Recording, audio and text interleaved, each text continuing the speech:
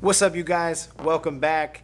And today I'm going to give you 5 different ways to attack your fade. And I'm going to try to clear up some of the misconceptions and things like that. But before I go any further, there's a lot of assumed knowledge in this video. So I just want to catch some of you guys up who might not be up on the information. So some of the assumed knowledge is that you understand your fade scale. I'm assuming that you understand your fade scale, and I'm assuming that you understand that all the guards that are involved, you have your half guard all the way up to the 1 through 8, 8 being the longest, half being the shortest, and that's pretty much it for the guards. And then of course you have your clippers, and you have them in the open position, which would be the long setting, which would leave the hair longer, and you have that lever push down.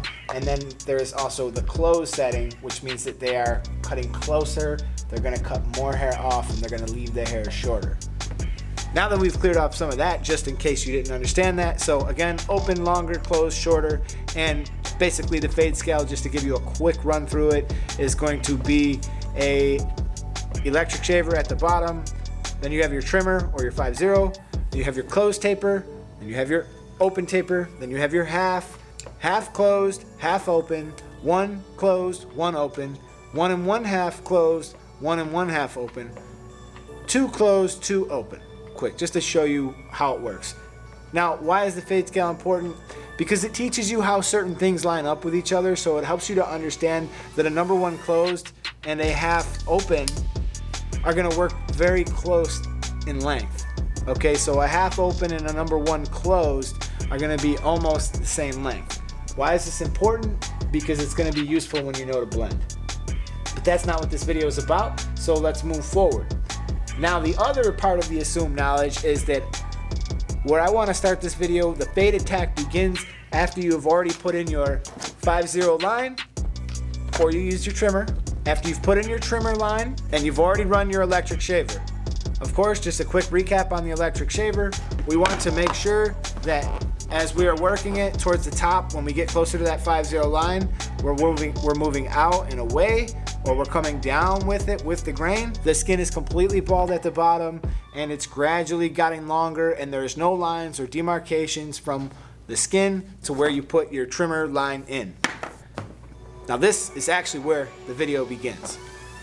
This is when we need to decide. We have a lot of different options at this point, and we can decide how we want to fade this line out. Of course, we can fade this line out a variety of different ways, and I'm not saying that my way is any better than anybody else. My personal opinion on it. There's a lot of great barbers who have a great system, works, they execute great fades, and there's nothing wrong with how they do it. Now, I'm just going to give you my take on basically the 4.5 ways to attack a skin line.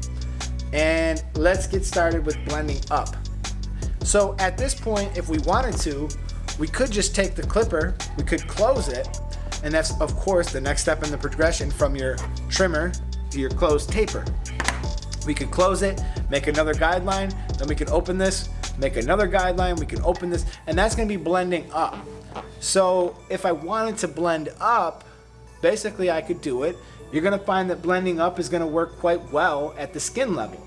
And the only downside to blending up is it's very easy to go a little bit higher than you meant to go, because you haven't quite defined the parameters of which you're going to work. So if you say, I'm going to go up 1/4 inch, right? And by the time you get all the way to this side of the head, you realize, oh God, I went 1 inch.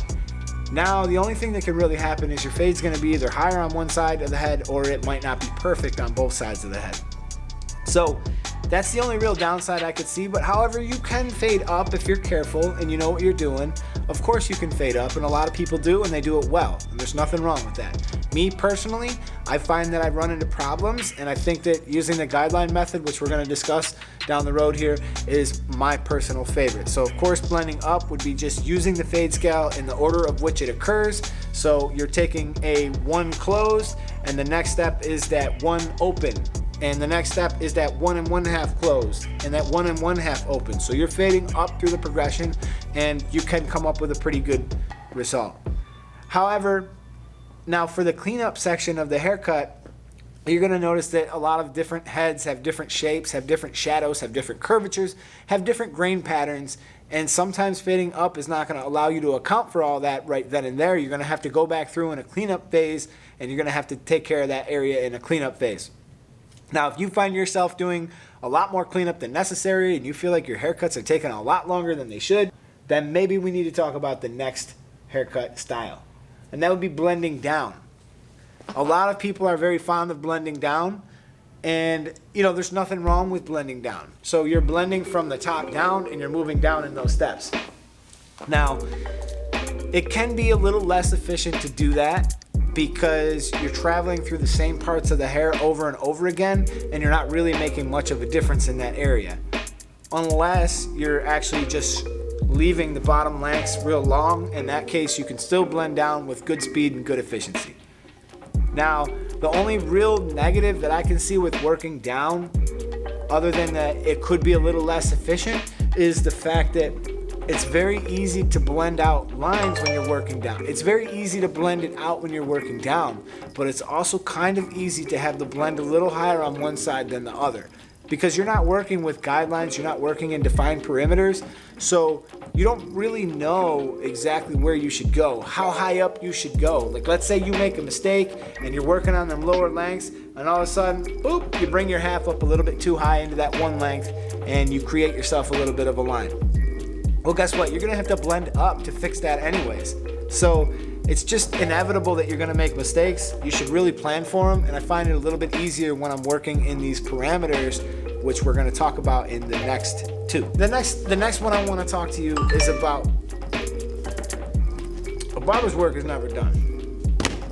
That's silent. The next kind of attack that I wanna put on this is one of my favorite to do. And this is actually where your equipment comes into play. It does matter what you're using, because I find that if you do the open taper attack with, say, an Andis Master, it's fantastic. I can do the open taper attack, I can open this, and I create a secondary guideline, giving myself about 1 inch to 1.5 inches, and I'm gonna be able to work through that with ease, because then what I'm gonna do is I'm gonna take these little notches on the side after I'm working in that 1/2 inch, and I'm simply gonna bump this down little by little, staying a little bit lower, a little bit lower, a little bit lower, right? And then I will go to the half guard. I put the half guard on, I open it, and begin going a little bit lower, a little bit lower. This is a fantastic technique. It's one I've used for years, and I think it's just great because it keeps you in the spot that you need to be. If you set your guideline for a 1/2 inch, and you know that you're working in that 1/2 inch, it's very simple. If you're working below it, you're probably doing nothing. If you're working above it, then you're bringing the fade too high. So it just keeps you centered and it keeps you grounded. And probably the best clippers to use for this technique, I feel, are the Masters. Perform really well with this technique, and so do the fast feeds. The fast feeds perform extremely well with this technique, and I wouldn't advise what my next attack is going to be. I wouldn't advise you guys to use the half attack with the fast feeds or the Masters, because I found it to be less efficient. However, with these two clippers, I found it to be very efficient and very easy to get through. So with my last attack would be the half attack. You guys have seen me doing this a lot lately. If you've been watching the videos, you've been checking them out. I will begin my first guideline, which is exactly the same steps as the other one, but I'm beginning my very first guideline with the half on. With the half on, I could go through, I could create my 1/2 inch to 1 inch guideline. This is a half guard closed, and I prefer to put this line in with the half guard closed just because of the fact that when you close the clipper, it always cuts better. And basically it's the exact same thing as using an open taper, except for you're allowing the clipper to cut a little bit easier. So it's going to be a little bit easier for the machine to work when those two blades are closer together. The stationary and the cutting blade are closer together, and they're going to allow you to cut a little smoother.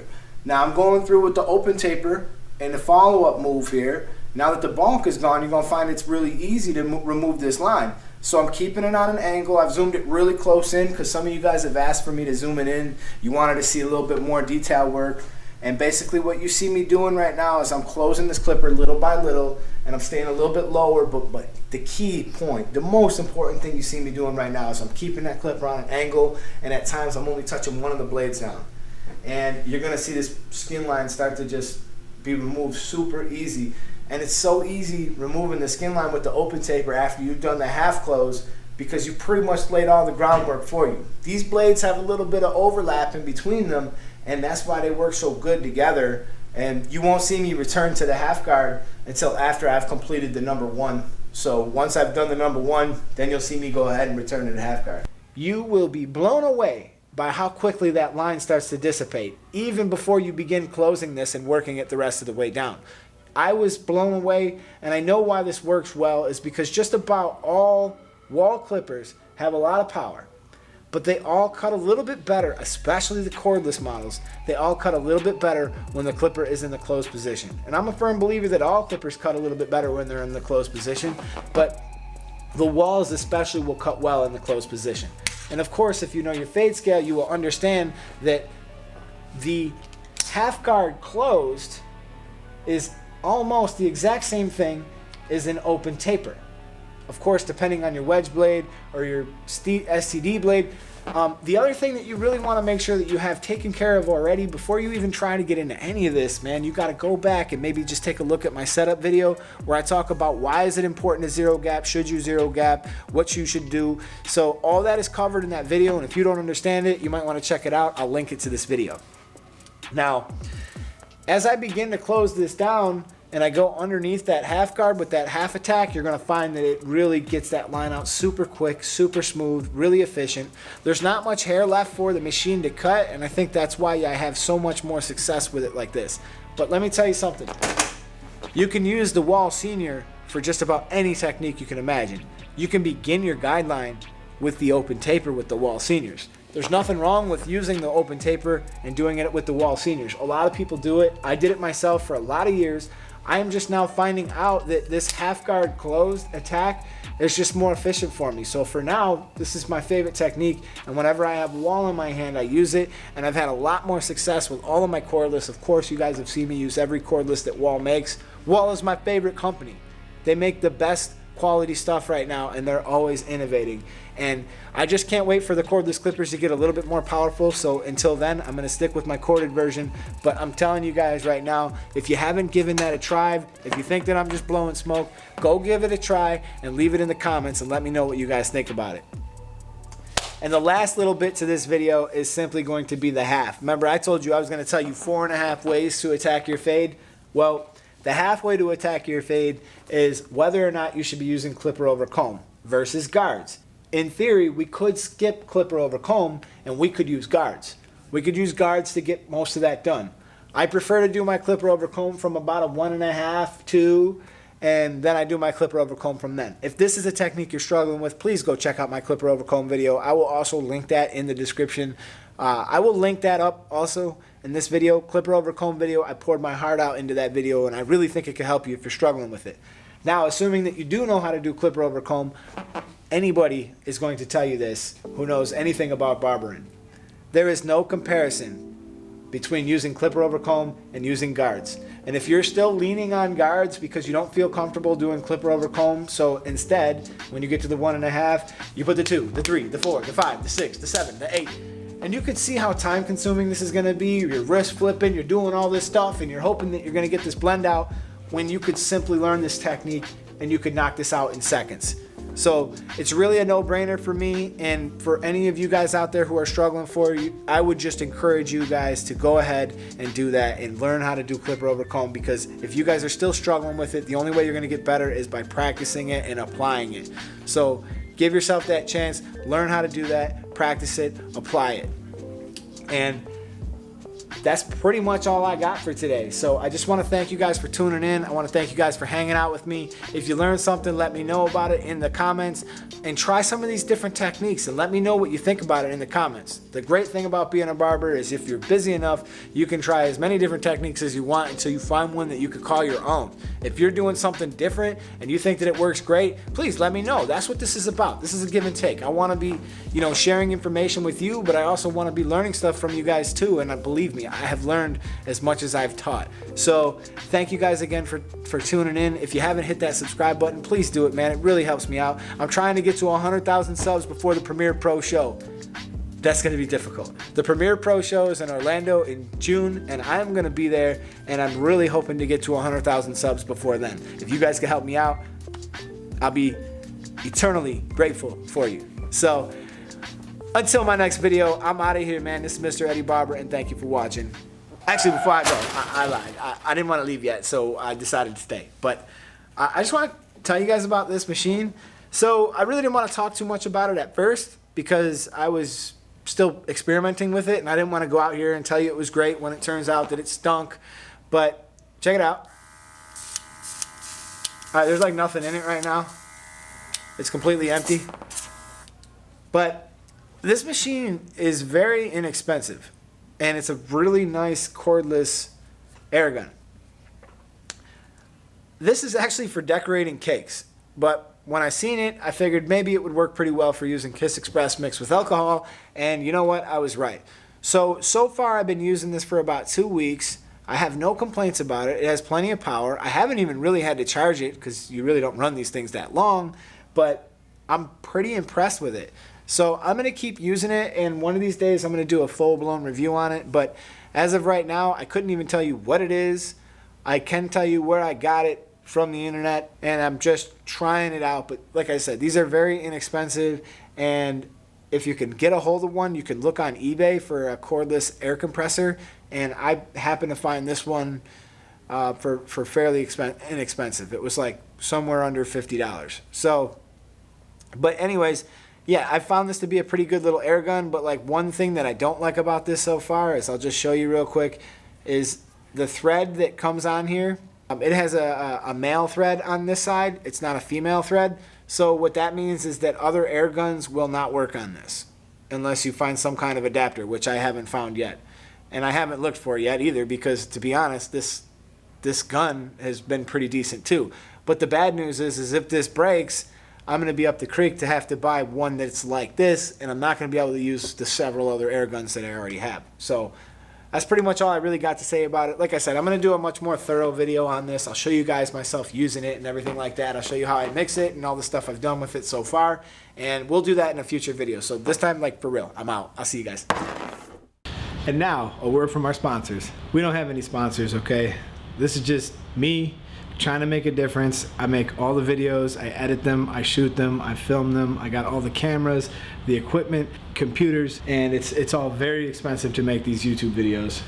Okay, anybody who's interested in checking out some of the tools that I use, like, this is my total favorite setup. It's battle tested. I've used it for many years. Most of the stuff here has been here for a long time, and it works excellent. Go ahead and click that link in the drop down below and you can check those out. And I finally got some merch up on the channel, and if you decide to scoop one, it really helps the channel out. If this channel helps you out and you want to support it and you want to see more of it, anything you do like that will really help me out. And also, I want to do more product giveaways and stuff like that, but it's expensive, and I left a link to my PayPal down below. If you guys kick in a little donation, we're gonna start getting in some of this. I can start giving away more clippers, and I can start doing some more things. You find it in your heart to throw even just as little as $1 or $2, it could go a long way to getting some of these clippers in some of these people's hands that might need them, and I can continue to do this for more people.